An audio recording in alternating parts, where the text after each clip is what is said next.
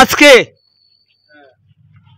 কাজের দিক যা বগডোবা গাজীপুর আপনার যে কর্মী সভা না পথসভা, এই পথসভাটা যে জনসভায় পরিণত হয়েছে, আপনার মধ্যে কি এমন আছে এই যে কর্মী সভা আপনি যেখানে যাচ্ছেন কর্মী সভা জনজোয়ার হচ্ছে?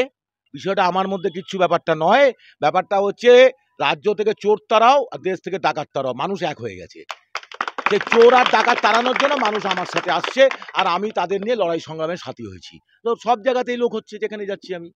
সোজা বাংলা কথা, মানুষ ডিটারমাইন করে নিয়েছে রাজ্য থেকে চোর তাড়াবে, দেশ থেকে ডাকাত তাড়াবে। তাহলে বিকল্প কে আছে? এই যে হাজার হাজার মানুষ আপনাকে চাইছে, আপনি বারাসাত থেকে এমপি হয়ে এই হাজার হাজার মানুষের পাশে থাকতে পারবেন?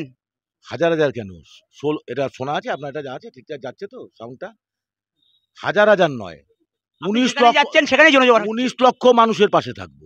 হাজার হাজার কি বলছেন আপনি? 19 লক্ষ মানুষের পাশে থাকবো, কারণ আমার সংসারটাই হচ্ছে মানুষের মধ্যে বিরাজ করছে।